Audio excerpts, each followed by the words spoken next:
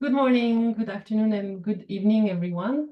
My name is Sarah Perriard. I'm the co-CEO of Earth Action. We are a research consultancy based in Switzerland.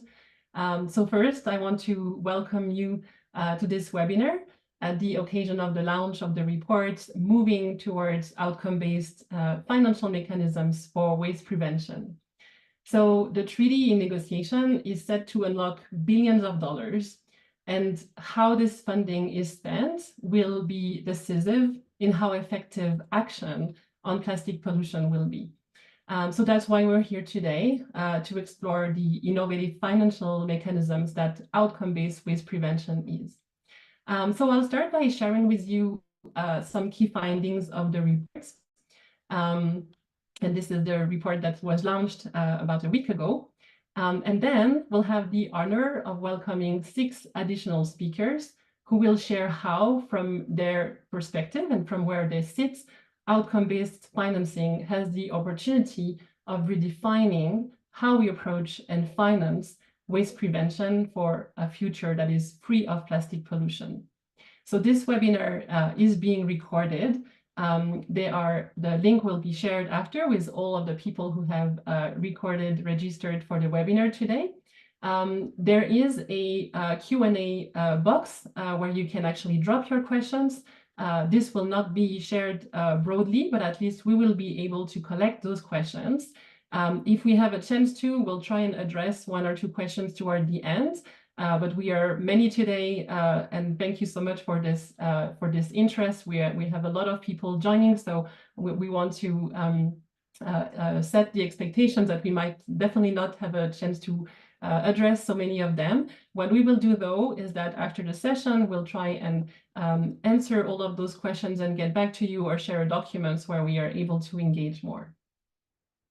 So let's start with setting the scene on plastic pollution. The challenge of plastic pollution is massive.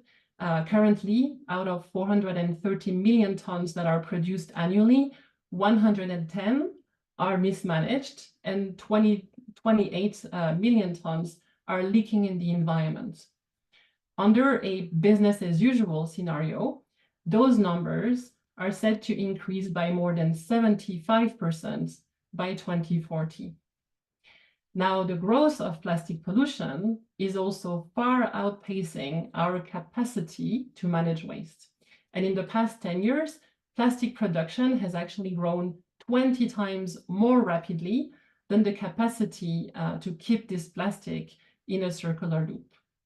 So the longer we wait, and the more severe the impact, right? And we can see that delaying action by just 5 years would cause the additional leakage of more than 80 million tons of plastic in nature. So looking at the solutions, put very simply, addressing this crisis requires 2 levers.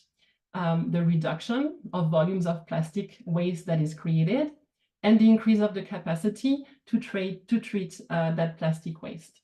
And by aligning policies with innovative financing, we can unlock the necessary capital to support the scalable solutions across the whole plastic life cycle.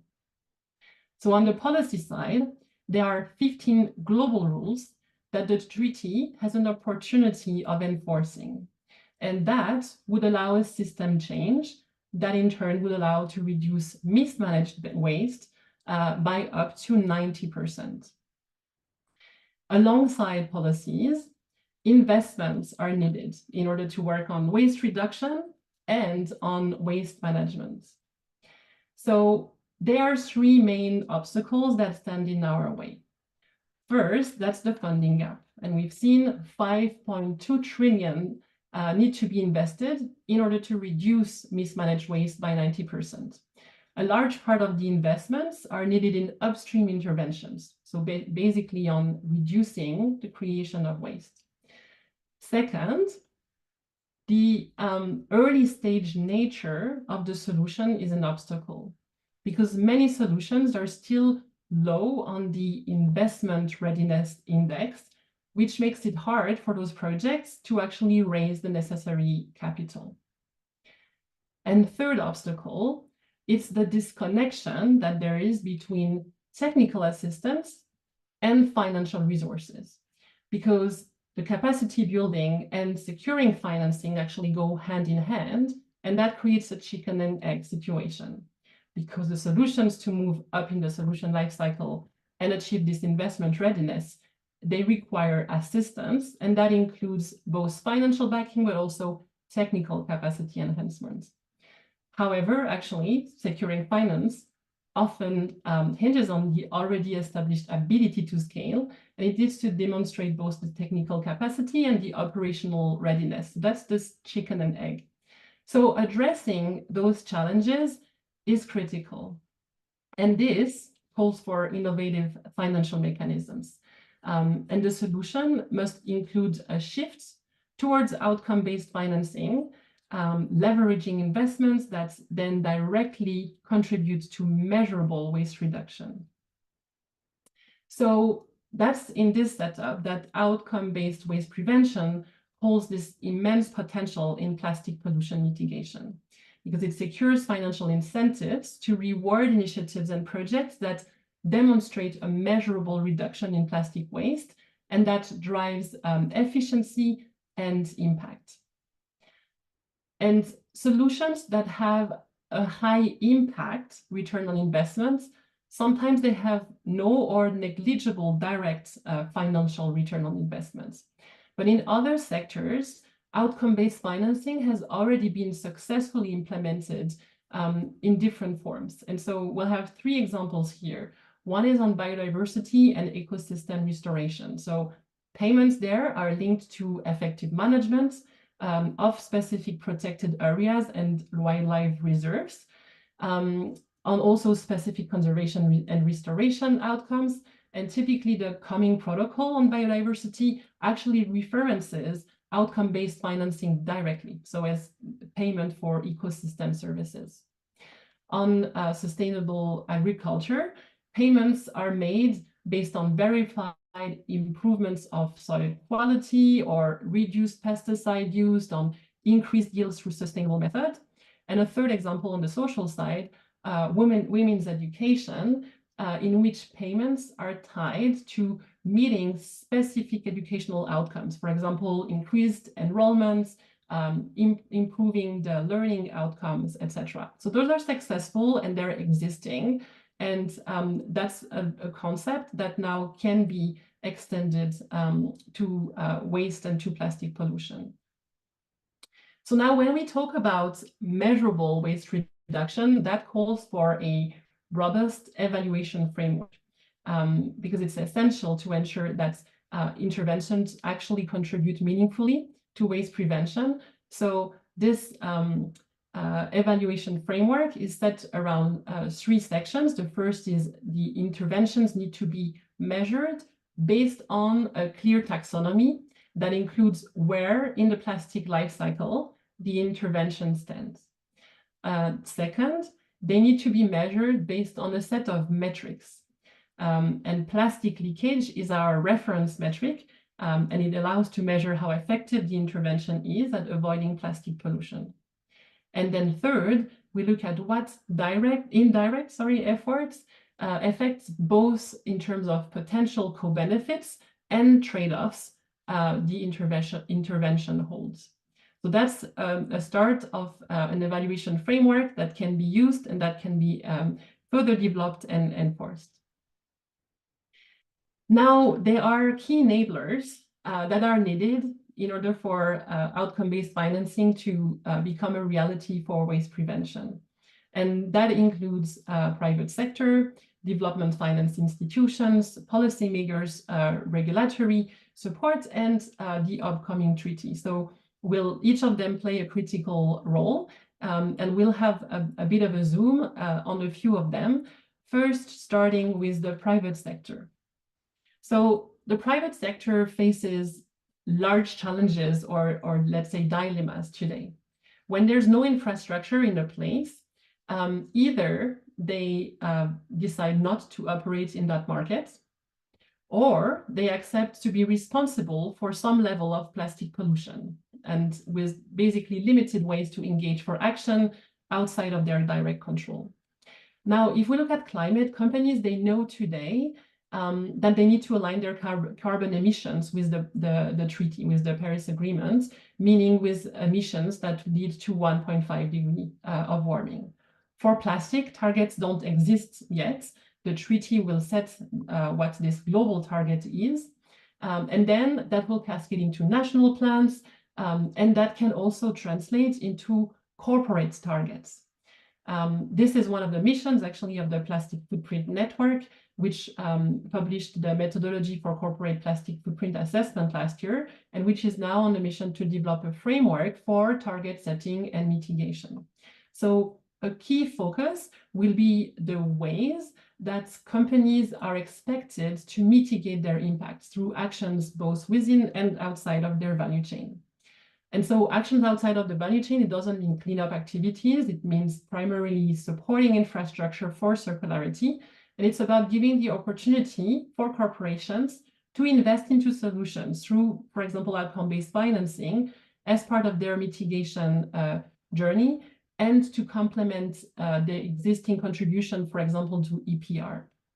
So the first step always has to be reduction within their value chain of their own footprint or leakage, which goes through the reduction of plastic usage and also changes in business model.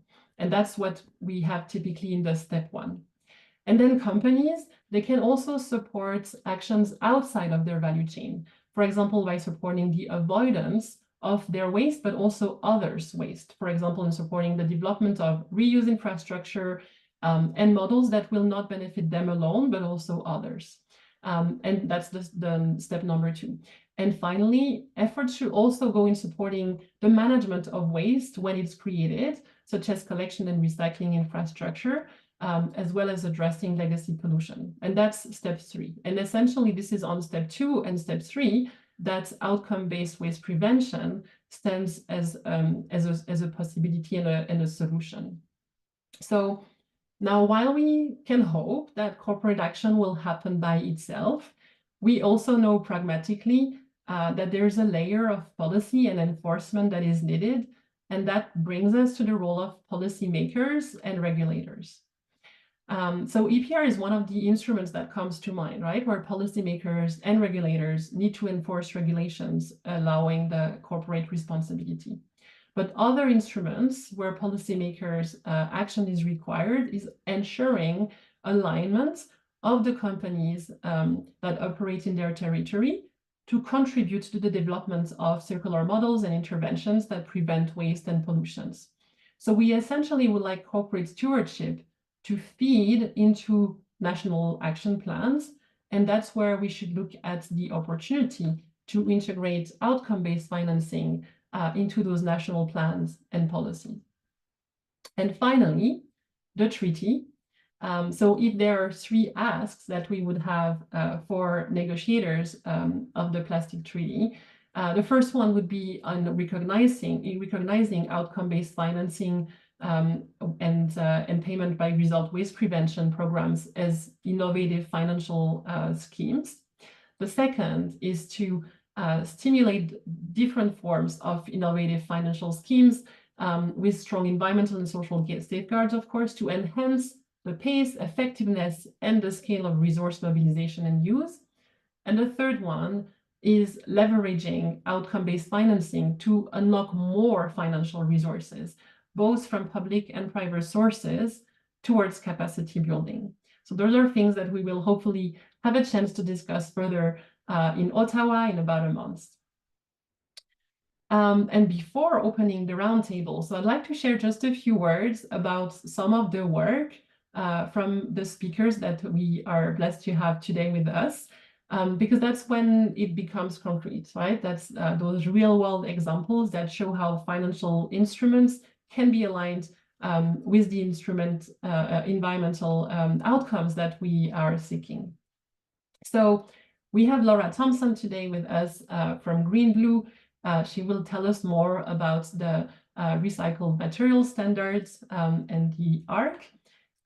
We have Svetlana de Costas from Repurpose Global, which will also highlight examples of how outcome-based financing can be used for local waste management. we have Tao Wang from the World Bank, who just launched a 100 million 7-year plastic waste reduction linked bond, and that uses the Vera plastic waste reduction standard. And then we have 3 examples for waste prevention through reuse with Upstream, Repurpose and their Reuse Outcome Fund, and NBU. So without further ado, we'll get started with this roundtable. And thank you again for joining us today on this webinar. I'll have the first question for you, Laura. So Green-Blue has been pivotal in developing the recycled material standard and introducing a novel outcome-based finance mechanisms that is based on what you call the attributes for recycled content, ARCs. So can you please discuss the genesis of these initiatives, also the impact that you see on recycling practices, and how ARC, as a form of outcome-based financial mechanisms for waste prevention, can further leverage, can be further leveraged to enhance this post-consumer recycled feedstock that is so needed in the circular economy we're trying to create? Sure. So thanks for having us here. I think your first question was related to the genesis of the program. So at Green-Blue, we are a sustainable materials management organization, an environmental nonprofit. And we started the development of the recycled materials standard really to develop a traditional chain of custody program, if you will, introducing controlled blending claims and mass balance claims. And in the development of that standard, it was proposed by members of the Sustainable Packaging Coalition that we consider using sort of an environmental commodity approach, or a book and claim approach, if you will, in ISO terms, to look at other solutions for recycled materials. So we took that advice as we were developing our standard. We had the assistance of a standard development organization, NSF International, and they really walked us through the multi-stakeholder process using ISEAL guidance to really work through how to develop this standard using best practices. So really all along it was meant to be a robust standard with all the right criteria in it for transparency and traceability of materials.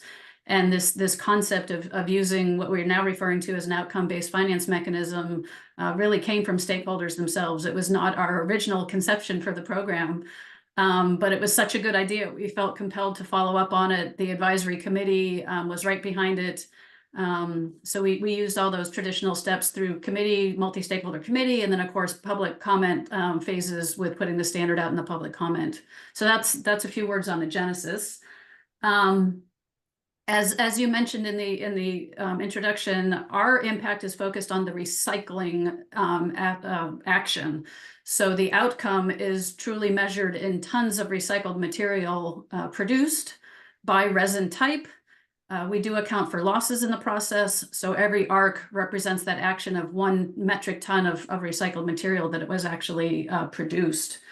Our key objective really there was multiple objectives, but really trying to complement, as you said, EPR programs. A lot of EPR programs are very focused on collection and sortation and financing those steps in the supply chain.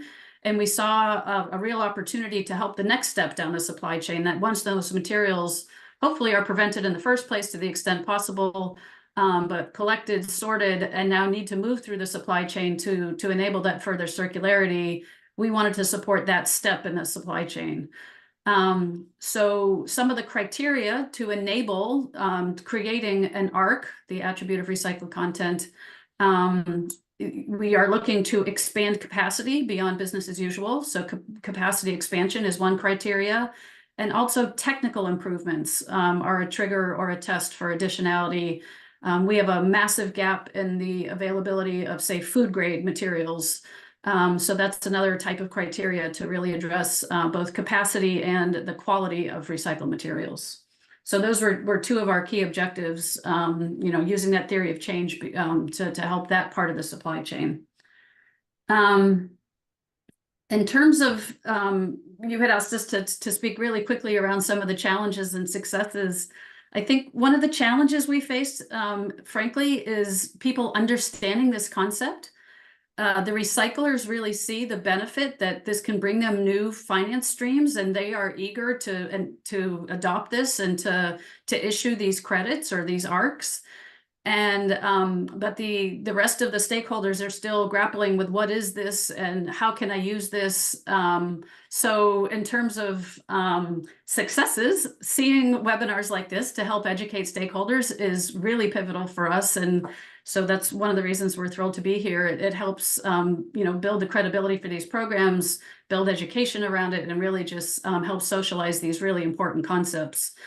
I guess another recent success that we saw as a key milestone in North America was the recognition of the U.S. Plastics Pact, where they said they developed some certification principles and actually recognized this type of trading scheme within the U.S. principles for activators meeting their commitments. So that was a real win for us, and that just came out a couple of months ago, their recognition of this system. So we are thrilled to be here. This is super important. Really happy that you have fostered this dialogue, and appreciate being here to talk about our system.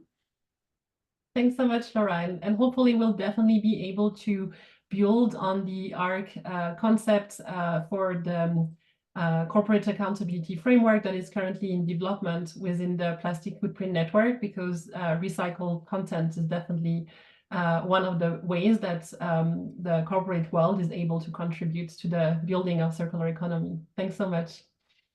Svetlana, I'd like to ask you the next question. So Repurpose Global has been at the forefront of implementing these innovative solutions to combat plastic pollution, initially in developing local waste management, and now for waste reduction also through the reuse outcome funds that you recently launched.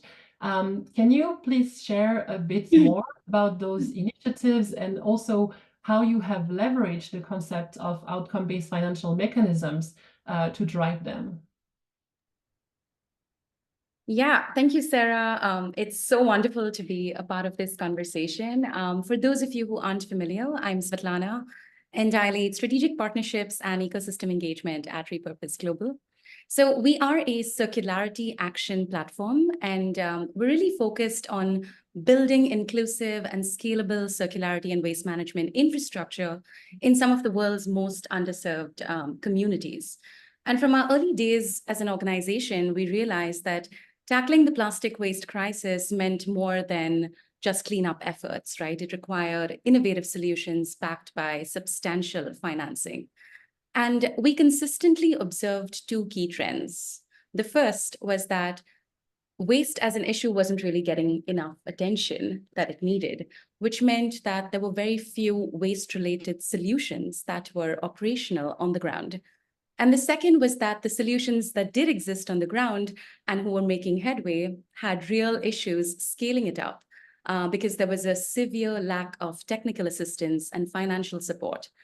And that's where, for us, outcomes-based financing became really crucial, because we were able to now use this mechanism to channel a lot of finance from the private sector, as well as the development finance institutions, towards these local grassroots solutions on the ground. And it allowed us to scale waste management infrastructure, I would say, pretty rapidly in places where we thought it was previously impossible to do so. So you asked about how did we deploy this, right, in terms of local waste management. And if I had to summarize this, I could summarize it in a 4-step process. The first would be conducting those baseline assessments, because that's really important to understand the initial volume of plastic waste, recovery, and recycling in a given region or process. The second is really about building partnerships with local grassroots solutions and innovators on the ground to enhance those waste management capacities and help them generate tangible results and outcomes. And the third step is really about designing these solutions and deploying them on the ground in a way and format that maximizes really the waste recovery and recycling rates and outcomes per dollar invested.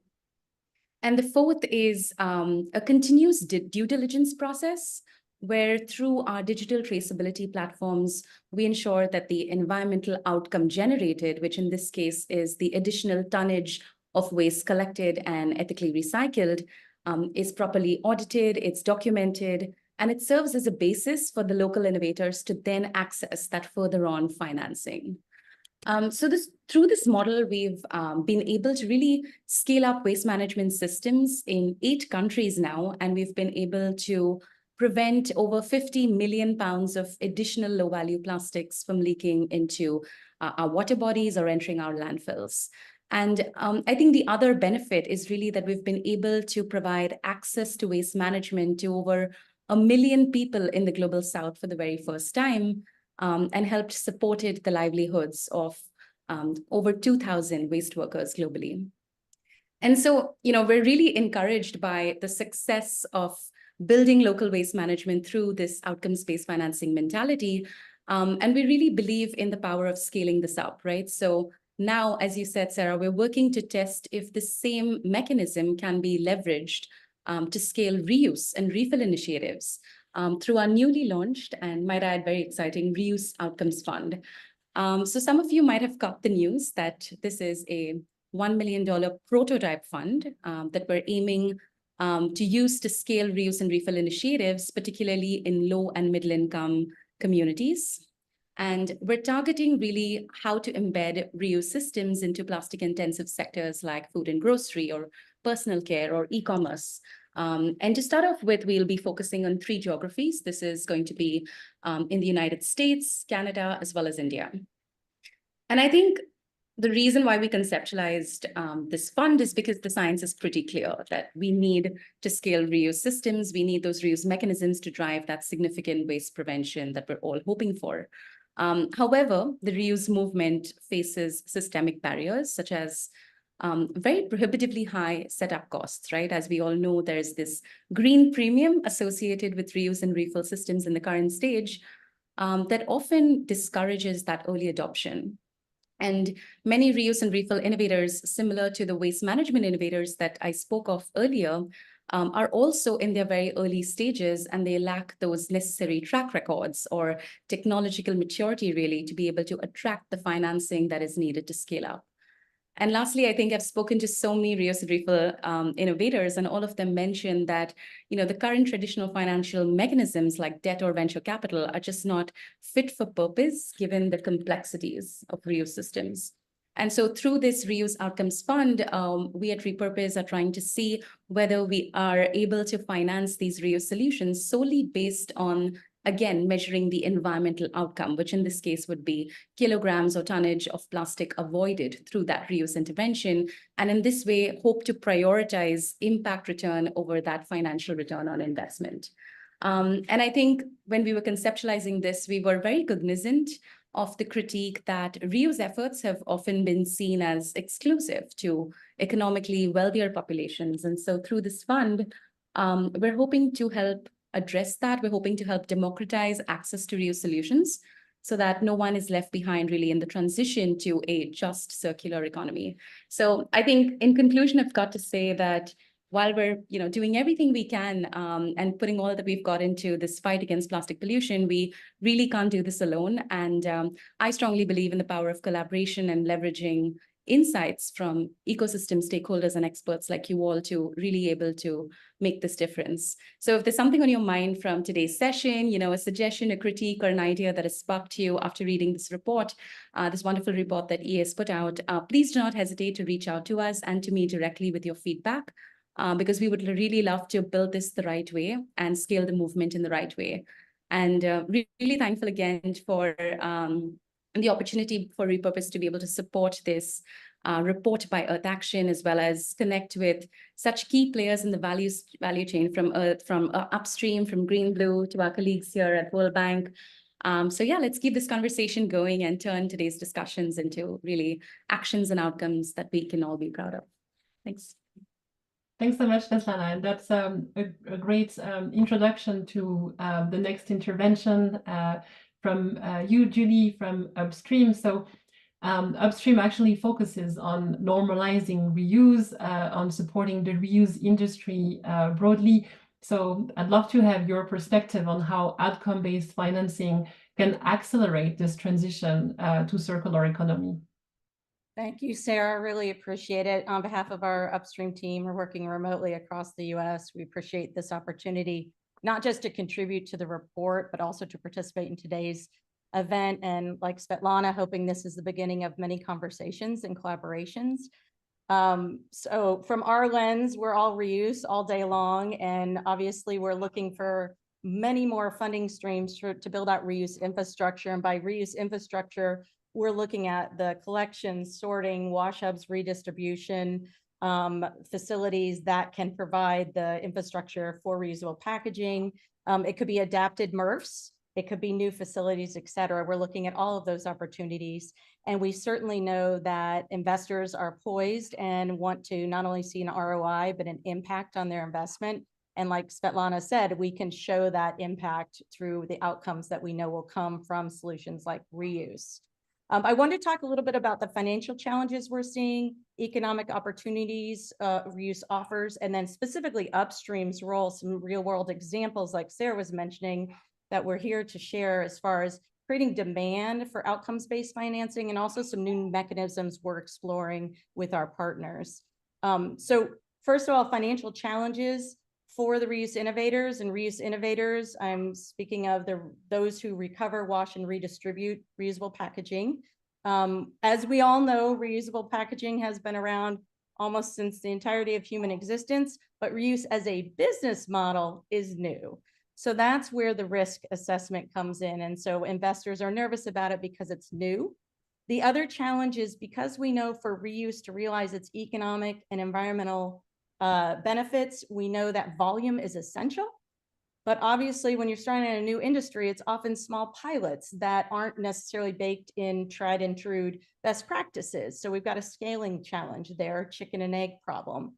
We also know the status quo system does not reward what we're hoping for. This is common for the whole paper's theme here, but basically what is incentivized right now is short-term thinking, fast ROI, and capital efficiency. We need to start thinking like the solar industry has caused people to start thinking with initial high investment on the front end and environmental and economic payback over time. So shifting that thinking, borrowing from the success of the solar industry. But unlike solar, I do want to say reuse has not been incentivized widely yet through policy and regulations, as we all know. We're working toward that. And waste recovery and recycling already have well-defined outcomes-based financing, but reuse and reduction do not yet. So we're hoping these conversations and collaborations really lead to that.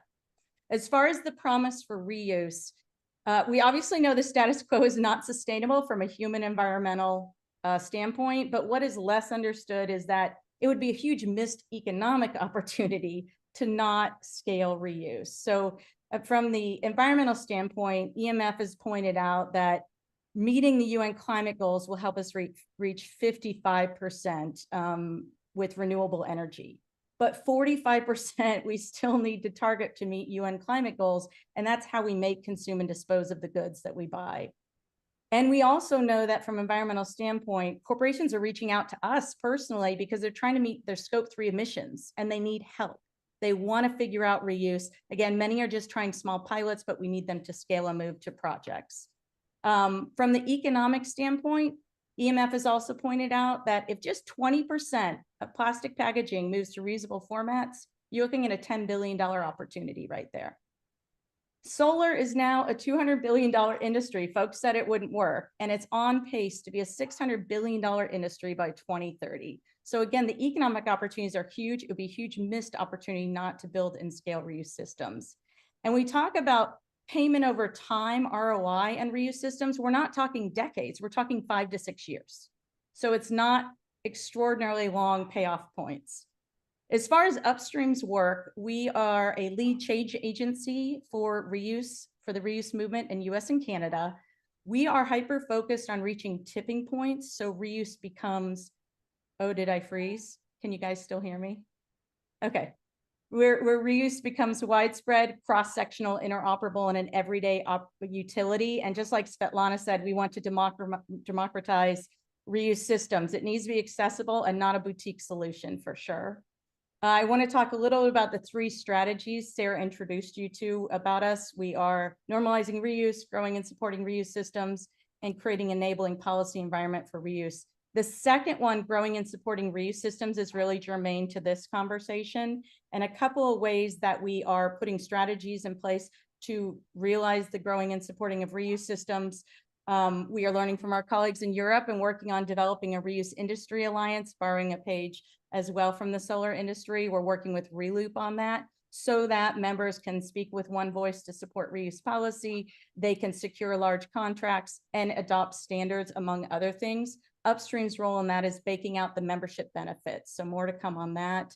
As far as financial levers specifically, one tact we're taking is targeting and working with what we call transformational partners, which are the companies that have the scale, buying power, and influence to transform entire sectors. And specifically within that, we're targeting groups that own and control large-scale venues that have the volume to incentivize the build-out of reuse infrastructure.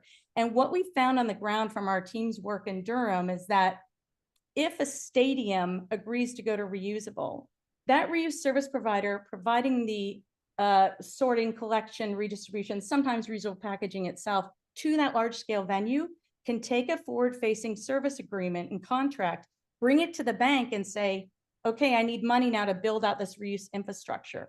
Once those wash hubs are in place, they can now service the entire region. And what we're talking about is, again, interoperable systems. So it won't matter. Initially, it might be just food and beverage to service that stadium, but it could be shampoo and conditioner bottles. It doesn't matter. And again, this is borne out based on what we've experienced here. The other thing is green bonds. As far as we know in North America, green bonds have not been used yet to unlock funding for reuse infrastructure. We are partnering with the Government Finance Officers Association to build out a best practices green bond to help build out reuse infrastructure. 2 more quick things. We are involved with setting reuse refill targets in state level EPR and bottle deposit bills, and also working with states to embed climate action plans with reuse infrastructure. And then lastly, a shout out. I was on the call the other day with one of our reuse service providers, Bold Reuse, and they were successful in getting a grant from the state of Arizona Department of Environmental Quality's new program that's giving them enough money to build out reuse infrastructure in Phoenix. So now they're going to be able to service the city of Phoenix. So more of all of this, and we welcome collaborations and conversation. Awesome. Thank you, Julie, and thanks for sharing this latest success. We definitely hope for many more coming fast, but thanks so much for sharing your insights. And staying in the reuse discussion, we also have Eline, who has a very specific perspective to share also from the Global South. So Eline, you're the head of the Zero Waste Living Lab program in Indonesia, and you're essentially scaling reuse and refill models. So I'd love you to tell us more about what is preventing the scale up of waste prevention business models in the Global South context, and from your perspective in Indonesia, and also the role that you see outcome-based financing that could play actually in overcoming those current challenges. Yes, thanks so much, Sarah, for this introduction and the question. And I'm happy to see that there's also been already some questions in the Q&A on the sachets culture and the Global South. So I will address all of those. But let me start by setting the scene actually about what is happening in the Global South. Because we see that especially the Global South markets have been overflown with new types of non-recyclable plastics over the last 2 decades, not even that long. With the main issue being those sachets that were already named in the chat and other flexibles. And the distribution of these plastics is it's phenomenal here in the Global South, including Indonesia, where I'm based. You will find these everywhere on every remote island, and all these will end up in the environment as the waste management system is simply not present. So at best, they end up in poorly managed landfills, but usually they get burned in the open air by individuals or thrown into rivers. And especially the global south with these practices thereby bears the cost of dealing with plastic waste. According to a WWF report, these costs of dealing with plastic waste are 10 times higher in developing countries compared to the global norm. So, and that is why we as NVU started focusing on solutions to prevent this, because the leakage of single-use plastics is just so high in the global south. So we believe that upstream actions need to be prioritized, and we started to implement them with the main thought of like when the bathtub is like literally overflowing majorly, your first instinct is to turn off the tap. So yeah, that is what we do by introducing reuse and refill models here in Indonesia and beyond that tackle plastic solutions right at its source. Yeah, and you asked about what is currently preventing us from scaling up from a finance point of view. So we have a top three. The first one is actually, yeah, that we hear a lot. There's no scale yet. There's no investment readiness. There's a lot of skepticism towards valuation, the return on investment, and yeah, the scalability. And this was indeed also already mentioned in the report, right? So this is a chicken and egg problem because investments are needed to reach scale. So that's the first one. So second is actually that we usually feel like we actually ask for small ticket sizes. So I think somewhere it was mentioned there's a lot of investment costs, but actually, especially perhaps here in the global south, there's a lot of operational costs involved actually, and they're not huge. So actually, we also see that as an opportunity to even focus more on these in the global south. But usually what we hear that is rather difficult actually for investors because then they have a lot of administrative and portfolio management costs with like only ticket sizes of up to like $1 million. That's nothing for them. But yeah, that's what we currently require. And the third one is that we usually hear there's no business case yet, but that's because it's super hard to compete with the very cheap single-use plastics packaging supply chain. But there's a big but here, because our venture Allner has already overcome this actually. So Allner is already creating revenue with a returnable packaging system. So this, yeah, it really shows that single-use plastics, if they would have their true price, reuse systems will definitely outperform those, because the truth is we're actually subsidizing all those single-use plastics. There is no level playing field. So if we can already make revenue now, then for sure, if there's the right incentives, we can actually very easily scale up reuse systems. So then finally, how can outcome-based finance bridge the gap here? So from our perspective, there are two main ways. So first of all, it's balancing the investments on their outcomes, right, which is basically says. So not only including the environmental effects actually, but also additional effects like social impacts. Because that's also a big benefit that we create with the communities we work with. So our resellers in our returnable packaging system, they also gain from the system by capturing margin.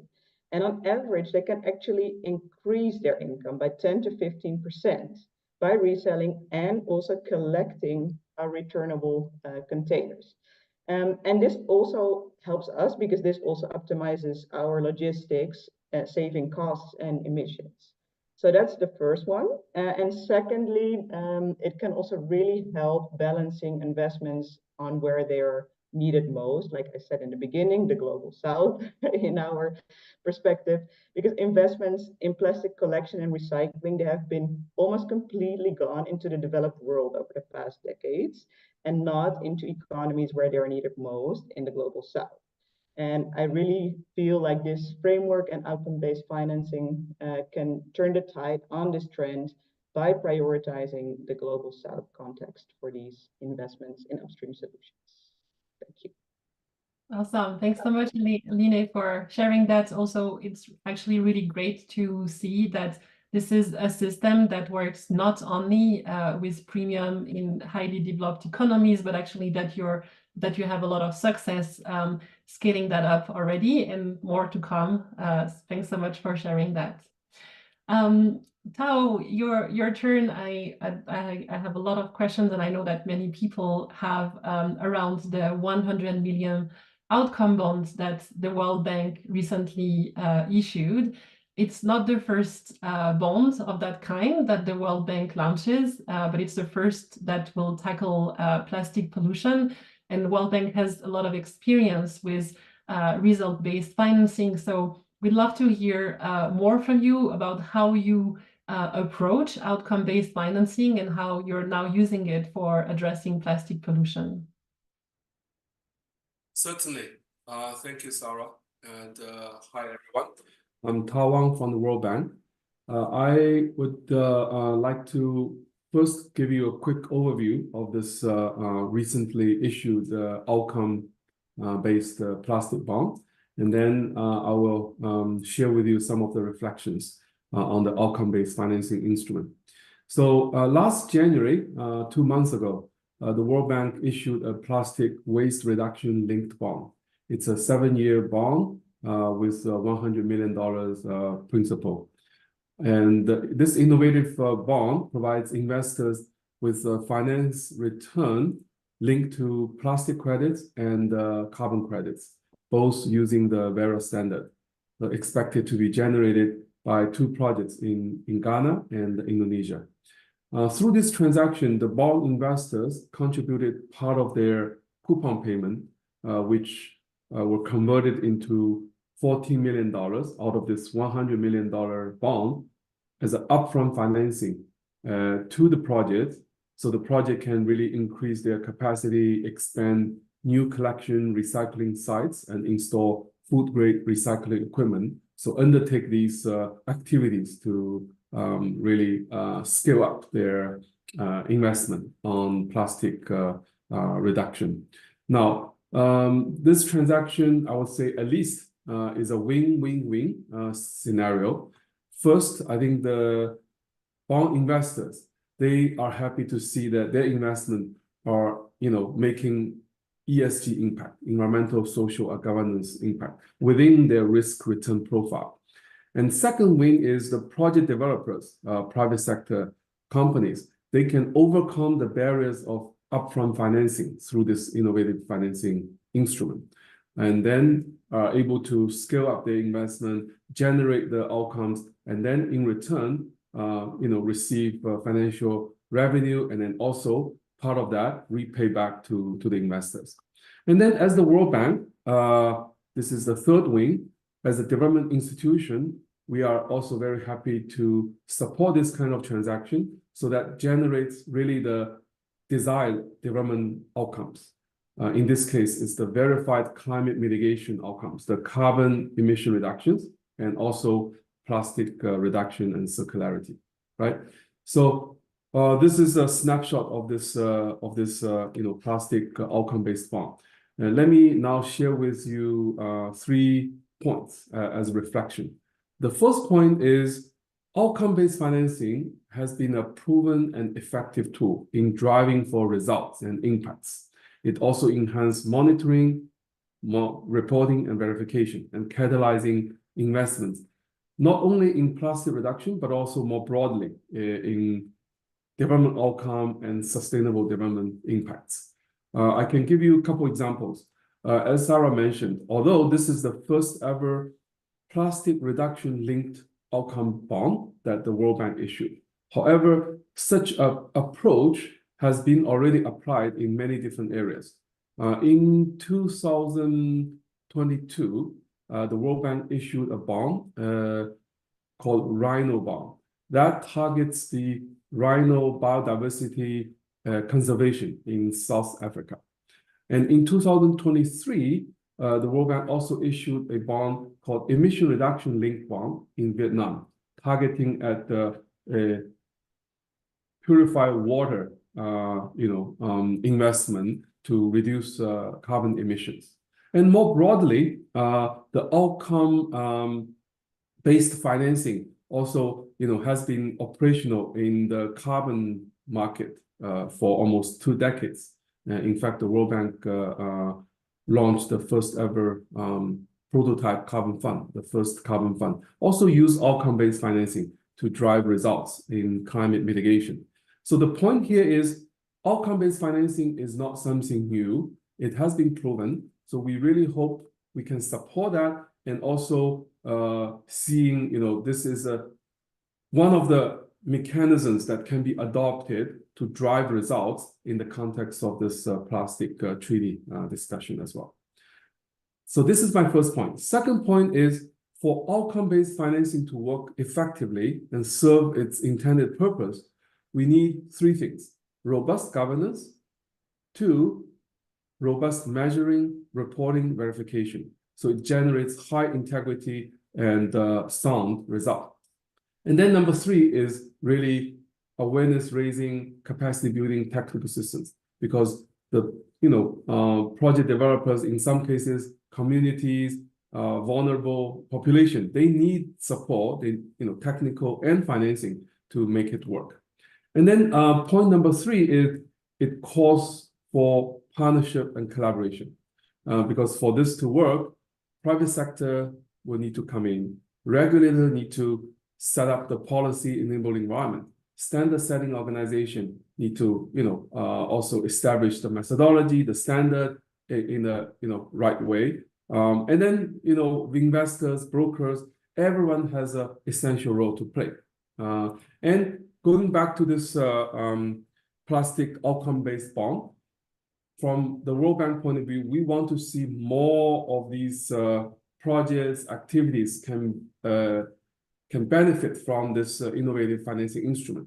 So moving forward, we wanted to also see whether we can support some activities more upstream. Yeah, I heard Julie talk about these very interesting activities. Happy to follow up offline, and also many other audience in this conference, whether we can really do something more impactful upstream, but also we wanted to focus least developed countries and the small island developing states to really bring the financing, bring the support to those who are in most need of the money and the technical support. Now, let me perhaps conclude by announcing two things very quickly. One is we have been undertaking a study on plastic crediting in partnership with South Pole, and we will launch a report at the margin of the INC4 next month in Canada. So the report lays out the state and trend of this instrument, the risk and the opportunities. We are also organize a side event at INC4 focused on outcome-based financing to address plastic pollution. So I will share with Sarah and others this invitation so that you are very welcome to join us. So last but not least, really look forward to follow up and collaborate in this very much needed space. Thank you very much. Back to you, Sarah. Thanks so much, Tao. And that's how the collaboration comes in all together. I think those opportunities are really coming well together during times like that. And Pak Joko, thank you so much for being with us. You have heard a lot of different solutions being shared. I think you have a very unique perspective from the Indonesian government. So we'd love to hear from you as a last panelist. How outcome-based finance mechanisms can be leveraged to increase the scale and also the pace of financing and resources mobilization, especially in developing countries, with the example of Indonesia. Yeah, thank you, Sarah. Let me introduce through the presentation, perhaps. Yeah. So this is just the introduction, my institution. I'm from the CEO from the Indonesia Environment Fund. So Indonesia Environment Fund is a public service agency. So we are the government operator, and we was created very young, established since 2019, and we created from the environmental issue, cross-cutting issue, and also mutually integrated, intersection connected, and also manage various sector under the Environment Fund, such as energy, forestry, transportation, environmental services, agriculture, and also other sector. We run our businesses consists of collection, distribution, and also development of fund. And this is our portfolio. We also manage many results-based payment and also results-based contribution. We have many donors, especially from World Bank, like Tao mentioned. We manage forest carbon partnership facility from World Bank and also biocarbon facility. And then the new proposed with Treasury from World Bank that we will manage coral bond. Yeah. So Treasury World Bank will issue coral bond and convert the payment for coupon for convert to become grant and distribute to Indonesia and managed by Indonesia Environment Fund, and we distribute to certain beneficiary. So this is another type of outcome-based financing. And we also have another mechanism, we call it catalytic funding for Indonesia Impact Fund. This is quite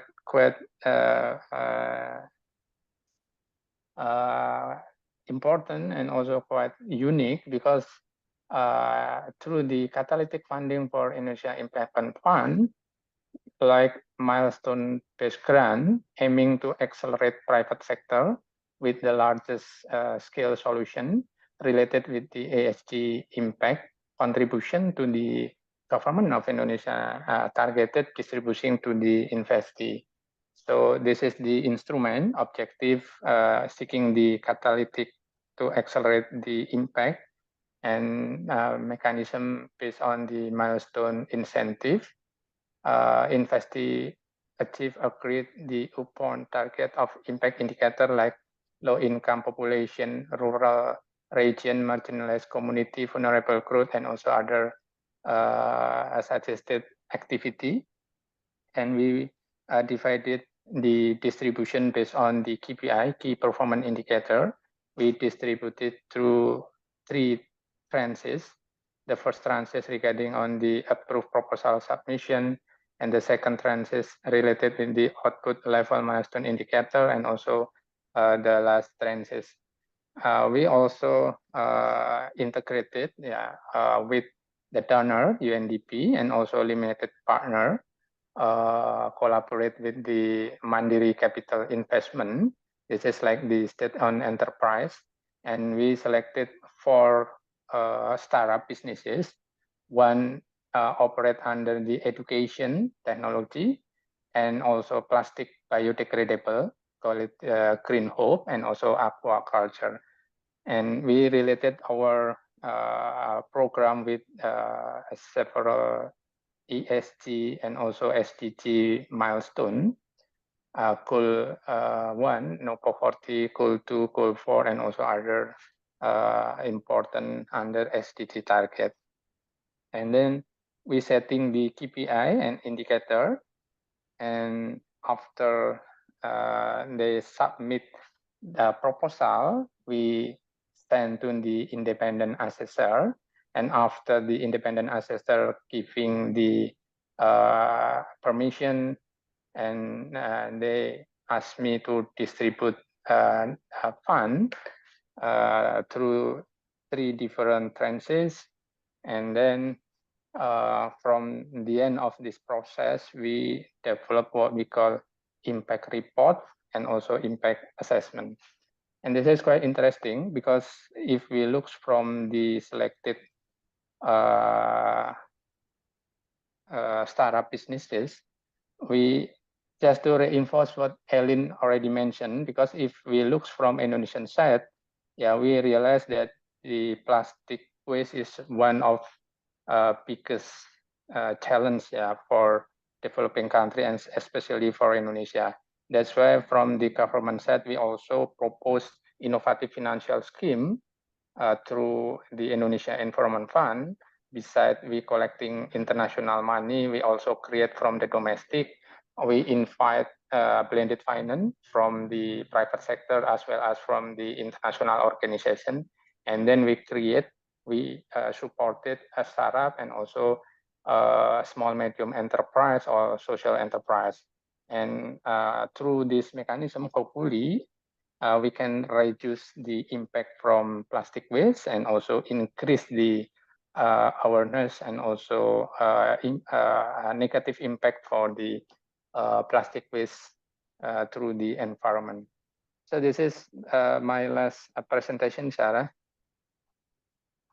Thank you so much for sharing your insights and the way that outcome-based financing is already used in Indonesia.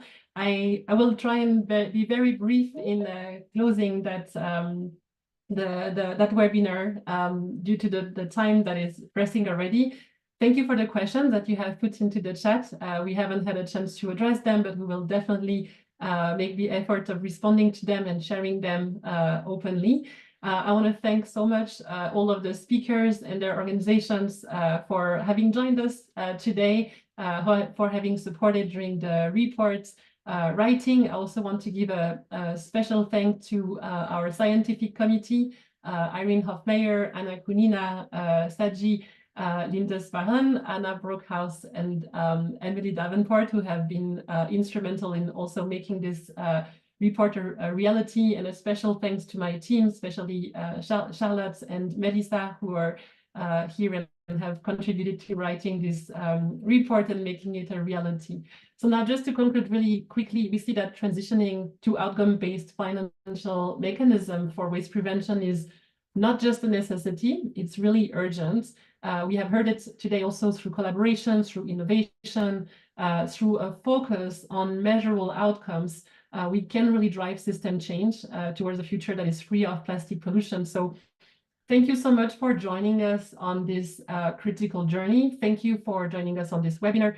We also look forward to hearing from you. Don't hesitate to reach out because it's really just the beginning. And for all of those who will be at the INC negotiations in Ottawa, I really look forward to engaging with you there.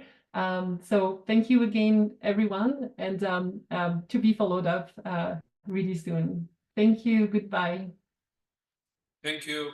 Bye-bye. Thank you. Thank you.